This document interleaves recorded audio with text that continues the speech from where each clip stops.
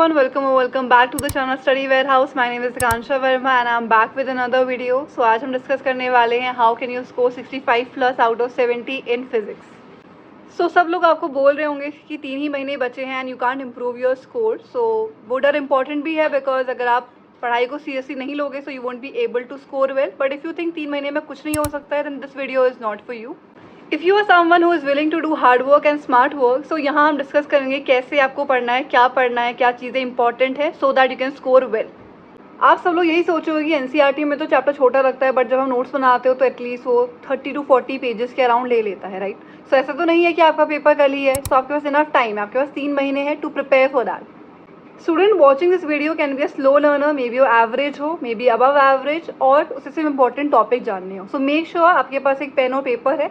जो भी मैं इंपॉर्टेंट चीज़ें आपको बताती हुई जा रही हूँ so you are writing it down. In case if नहीं है so pause this video and grab it so that you don't forget what are the important things that we need to do.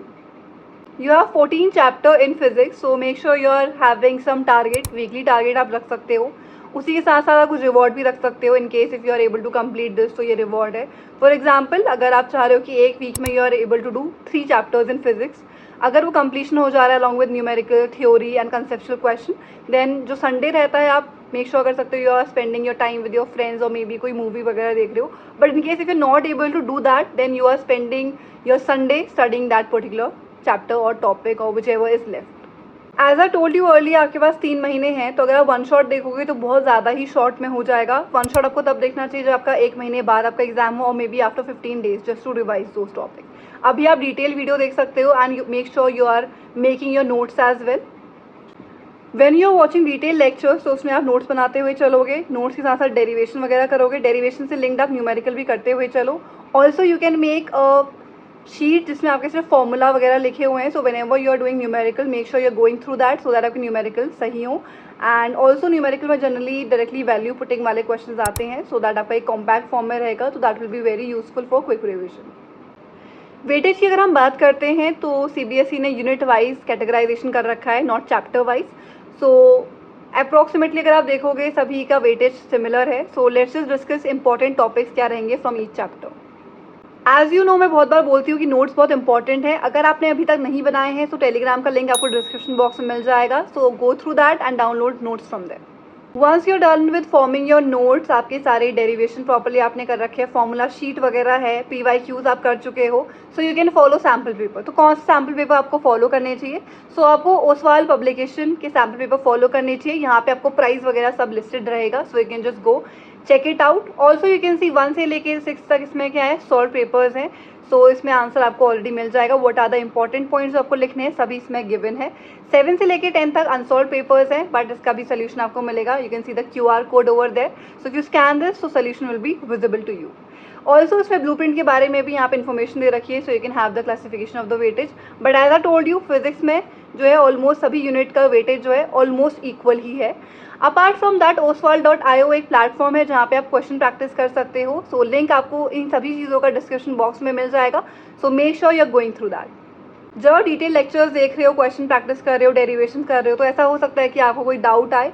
So doubt आप discuss कर सकते हो अपने school teacher के साथ या फिर अगर आप कहीं से ट्यूशन पढ़ते हो you can ask them as well.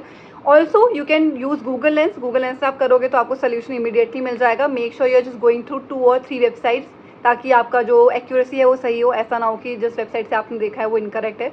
So just to confirm you can just cross check with 2 or 3 websites. Physics में जनरली आती है आपकी theory, derivation and numerical. Numerical की अगर आप बात करोगे तो अगेन फॉर्मूला बेस्ड है which is going to be helpful अगर आपने फॉर्मूला शीट बनाई है as I told you. Derivation 15 marks का आता है जिसके बारे में हम डिस्कस करने वाले हैं. थ्योरी में कंसेप्चुअल क्वेश्चन आते हैं, असर्शन बेस्ड क्वेश्चन आते हैं एंड केस बेस्ड स्टडी आती है. So now we are going to start with important topics from each chapter. Chapter 1 की अगर हम बात करते हैं तो electric field at axial and equatorial position, torque on an electric dipole, application of Gauss law. Chapter 2 की अगर मैं बात करती हूँ तो electric potential at axial and equatorial position, E is equal to negative dV upon dr का जो relation आता है which is the relation between electric field and electric potential.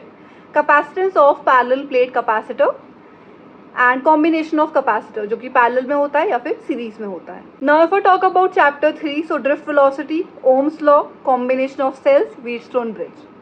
Chapter 4 की अगर मैं बात करती हूँ तो magnetic field, of a circular loop जो कि सेंटर पे या एक्सियल पोजिशन में पूछी जाती है. Magnetic field due to long conductor, force between parallel conductors, torque experience by current loop. Chapter 5 जो है वो थियोरेटिकल है. And now if you talk about chapter 6, so motional EMF, self induction of solenoid, mutual induction of two long solenoid. Chapter 7 की अगर मैं बात करूँ तो RMS value of AC, LCR series circuit, average power of AC. Chapter 8 की अगर मैं बात करूँ तो ईएम वेव्स है. इसमें थियोरेटिकल क्वेश्चन आता है आपका. It can ask you frequency, wavelength या फिर ईएम वेव्स का यूज. चैप्टर 9 की अगर मैं बात करती हूँ तो मिरर फॉर्मूला इंपॉर्टेंट है. Shifting through glass prism, refraction at spherical surface, lens maker formula, minimum deviation of prism, combination of lens, microscope and telescope. Now talking about chapter 10, so Huygens principle important है. Refraction and reflection and forms of diffraction as well. Chapter 11 की अगर मैं बात करूँ तो Einstein photo electric equation important है. Chapter 12 and 13 की अगर मैं बात करती हूँ तो वहाँ पे expression of radius, velocity, kinetic energy, potential energy and total energy of nth possible orbital and along with that mass defect. तो ये सब आपको आना चाहिए. लास्ट चैप्टर की अगर मैं बात करती हूँ चैप्टर 14, तो वहाँ पे कोई डेरिवेशन नहीं है. सो मैंने आपको इस वीडियो में सारे ही इंपॉर्टेंट डेरिवेशन बता दिए हैं. So make sure you are going through that. अगर डेरिवेशन अगर आपने कर रखा है तो उसी से लिंक्ड फॉर्मूला है, सो फॉर्मूला की आप शीट बनाओ.